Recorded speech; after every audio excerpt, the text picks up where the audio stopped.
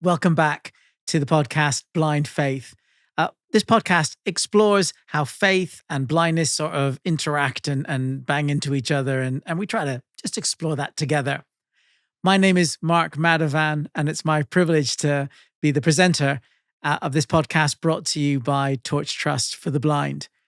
In each podcast, I'm speaking to a different guest who've had some experience with blindness, and we're exploring that and faith in there. And well, you'll see as we go along.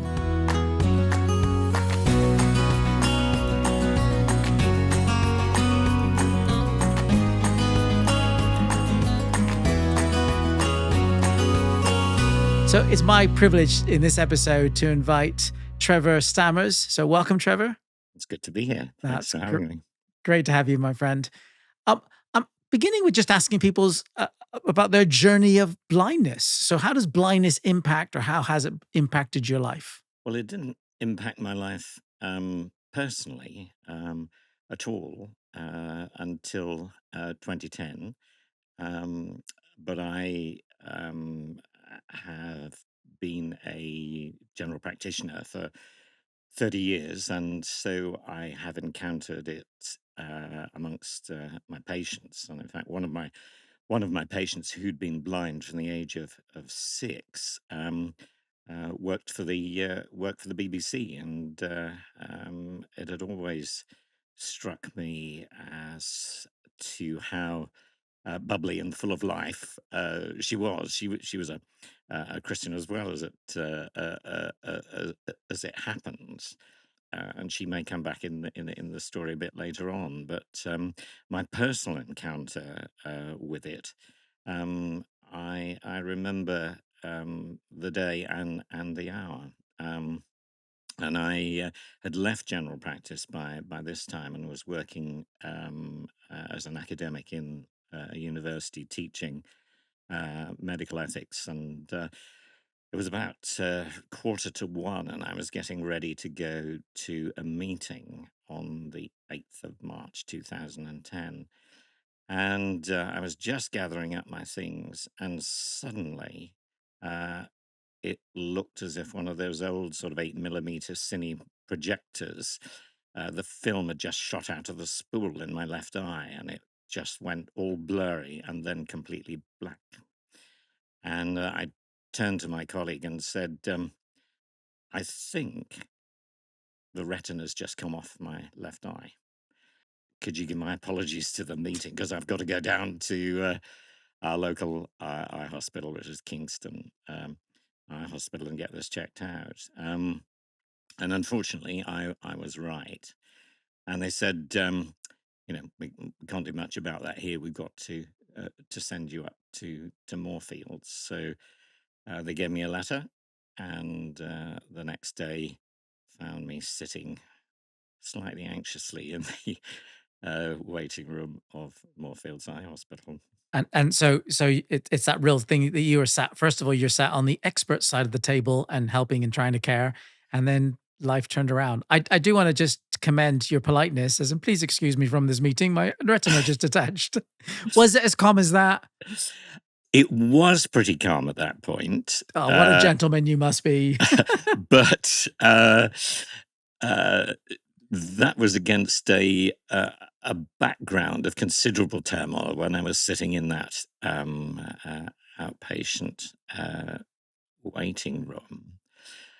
I did have a most extraordinary experience. I mean, having done the career in science that I've done, I would say that my faith, although it has affected my emotions, was usually pretty much a head sort of knowledge. But as I sat in that waiting room, I had a consciousness of God saying to me, I am in this. And I also had come to mind the only story, I think, in the whole of any of the Gospels where Jesus has to touch somebody twice in order to heal them, and that was a blind man. And also a verse came into my mind that for me at that time actually was very relevant, and it's one of Jesus' harshest sounding sayings where he says something along the lines of, "It is better for you to enter heaven with one eye than to enter hell with both." When I saw the consultant, well, I saw several consultants actually. They had everybody along to have a look at it. But one of their top guys came along and had a look at it, and he said, "Yes, this is bad, but I am 99% certain that with 2 or 3 operations, we will be able to restore your sight." And it turned out actually that I did have 2 operations on it on the end, because the second one went so well, they did the third procedure at the same time. But they also said, "Your right eye is absolutely fine." Except it wasn't. And a month later, that detached as well. So at that point, it had left me completely sightless. So, with losing sight, is it immediately seemed to connect up with your faith and where's God in there? But actually, I trust God in there, and I think God's in there, and it can't get worse. But then it got worse. So that sounds like a challenging season, shall we say? Yes, it was. And it was an absolutely life changing season as well. Because when the second eye went, I mean, you couldn't make it up. I was actually in the middle of acting out a scenario in a teaching exercise at Guy's Hospital, where an actor was playing a diabetic patient, and I was questioning him. And it was evident from the clues that he was throwing out that, he was worried about losing his sight, which is quite common with diabetes. And we were about halfway through this scenario in front of an audience of GPs.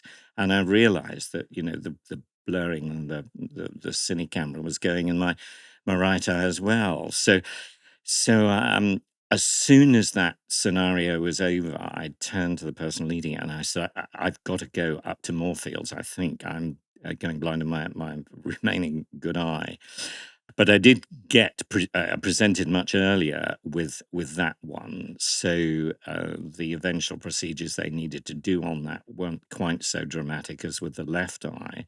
But that still meant that I had approximately 7 months of not being able to see at all. And I'm guessing not knowing whether, because even with surgery, there's no guarantee that Ab- absolutely right. so that there was a real not sure, crisis moment or season where you went from fully sighted GP, here a guy who helps, to all of a sudden you're blind and not sure, and you said your faith linked into that as well. During that 7 months of blackout, what was going through your minds? Two things. One is practically, how did that impact your life, and secondly, well, how did that impact your faith? Well, I think there were a number of incidents that stick in my mind from that time that really impacted on my faith. And I think that now I'm this many years on, I can probably talk more frankly about elements going on behind the scenes than I would have done even 5 or 6 years ago. I'd been practicing medicine for decades at that point, and I think it would be fair to say that I was, at the time I lost my sight, on the edge of burnout. And so it was something that stopped me in my tracks, and I had to stop working. And I actually asked my wife last evening, knowing that I've been doing this interview, how my blindness impacted her. And she replied, "Well, you were pretty grumpy." And that was an understatement. I was really very easily riled before my sight went, and I wasn't really in a particularly good place spiritually looking back on it. But I think sometimes you arrive at these places and you until a crisis happens, and boy, was going blind a crisis. You're then brought face to face with other elements too. And I remember one day trying to make myself a hot drink and pour water from a kettle into a cup. And of course, it overflowed. Unfortunately, I wasn't burnt, but I heard it splashing, and I thumped my fist down on the stone tabletop, and uh, yeah, and I may or may not have sort of said something to God that only He could hear. Like gosh, golly, things like that. Yeah. Yeah. Yeah. Okay. Yeah. So my grumpiness had at that point reached a state of anger against the background of my feeling at the beginning that all would be well.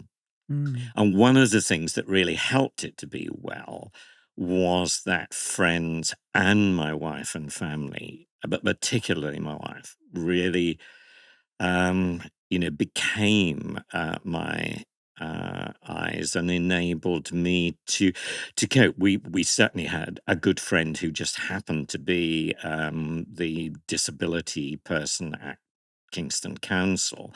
And she said, "Oh, Trevor, you shouldn't be pouring water into cups. There's a gadget I can give you that, will do a beep when it gets to the top." And so various pieces of helpful equipment, an indicator cane and so on, were given to make life easier.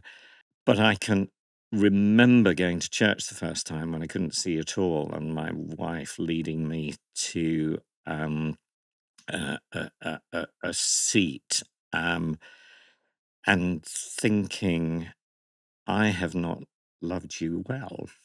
And in spite of my handicap, and perhaps because of it, she consistently loved me well. So there was a whole dynamic of that going on too.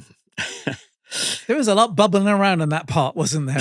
Surely was. And just because you're a doctor, that does not mean that you have got it sorted out. And I think since I've left the profession, I realized that we're all the same. And in the consulting room, we're both human beings, and we're both in need of help beyond ourselves and beyond medicine from time to time. So from that, I mean, in metaphorical and physical, from that dark place of I think facing a sound. Please correct my words if it's not correct. Of just facing a lot of truths about Trevor and realities of a Trevor, and so that I'm guessing not really enjoying and skipping along with what you're discovering. Is that a fair thing of where you're Yes, at? Ha- yes. so I mean, you're not there anymore. You're not in that place anymore. So how did you get out of that? I think there were several factors in that. One was that the progress of the operations on the left eye had, as I said, gone really, really well. The procedure that I had done was filling the eye with oil to hold the retina on, and then after you have the oil sucked out in the second operation, you have to wait for the eye to fill with fluid. So the sight gradually sort of comes back from the top bottom. I mean, it's a strange experience, but I knew that was beginning to come back, so I should be able to see with at least one eye. So there was sort of hope being realized there, if you like. But I think the other side of it was that blindness had stopped me from doing the job that I did. And I think in those very early weeks, I also felt God saying to me very clearly, "You will not go back to practicing medicine again." And I haven't seen a patient professionally since that time. But I had been teaching medical ethics part time, and during the course of my recovery, where I was beginning to get some sight back, the professor of medical ethics got a job offer in Oxford and for some reason thought he should take it.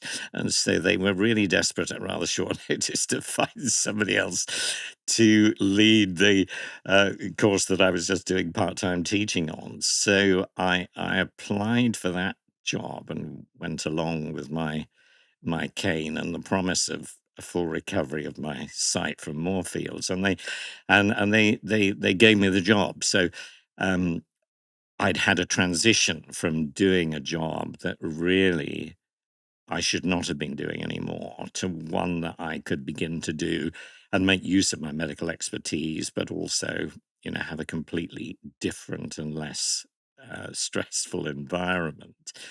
So, in a way, I think you can never know the path that you haven't trod. But I do see that as a way in which um, my life might have been saved from worse than blindness. And in case that sounds glib, it's certainly not. And I don't think that you can ever say that God gives you X, Y, or Z in the way of illness just to teach you things. But I think that as the path of life goes along through what you experience, He clearly does teach you. And I hope that I have been a less grumpy individual since then. Well, I s at least your wife said you were grumpy. She didn't say you are She grumpy. There did. was a past tense there going She on. did. I'll have to check that out tonight. An interesting verse that's just going through my head when you're saying that is Psalm 23, which the Lord is my shepherd, I shall not want. And he makes me lie down in green pastures. And we know the verse, leads me by still waters. But just on that, he makes me lie down in green pastures. And to me, there's almost a sense of force or restriction. Is God says, I need you to stop. And though it didn't sound very green, your pasture, but actually he was getting you out of a probably a more destructive pasture that you were in with if you're close to burnout and tents and stuff. And God, I think God sometimes stops us in places and it's trying to go, I need to rest, I need to recalibrate, which sounds like it was a massive recalibration process that you encountered. Yeah, there was a lot. There was a lot going on there. Yeah. Um, and I think you're right. I haven't thought about that psalm in that particular light. But I think that if we believe as we do that the Lord is our shepherd, then no matter what crisis hits us in life, we're going to come through it by His help and by finding out what it is that God is saying to us in that particular situation. I know that Torch Trust tries to help and direct people to help know more resources and also to faith things as well. What's your connection with Torch Trust? Oh well, that's another story of sort of angels unawares. One of my best friends at uni was he had been a solicitor, but in retirement he went full time with a Christian organization that was exhibiting at the resources exhibition at Sandown, which is not far from where we live.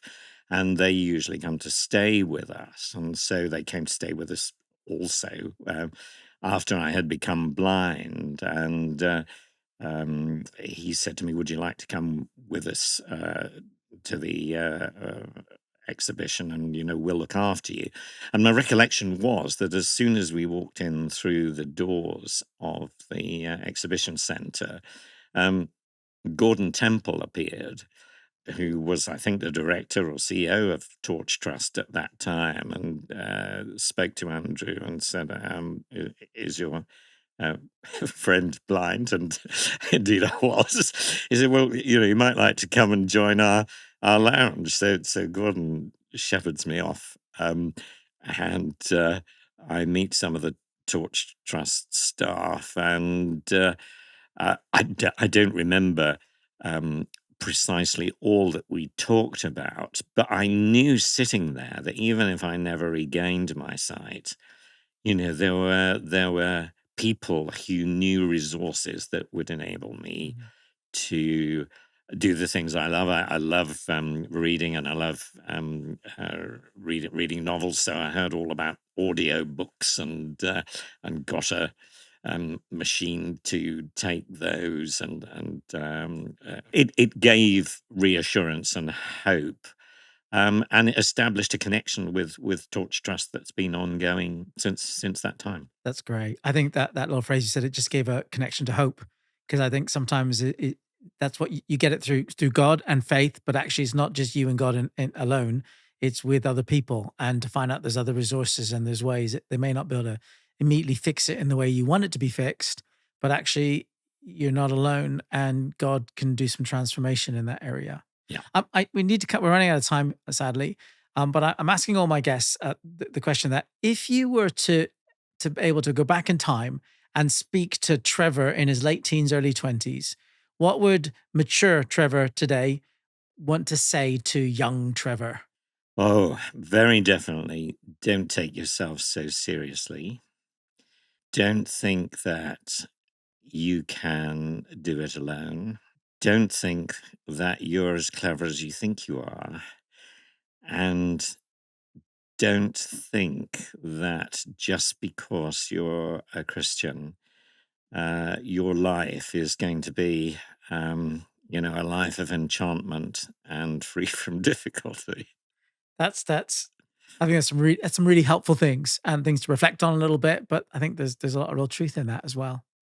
Trevor, it's been a delight to spend some time with you, to hear your story, thank you for the honesty in that. And I'm just delighted that you've encountered God in that way, and you have your sight back now, that thankfully the surgery was good, but you're still just cheering others on and wanting to encourage others on as well. So thank you for joining me, and thank listeners for tuning into this podcast. And I hope to connect with you again in our next podcast.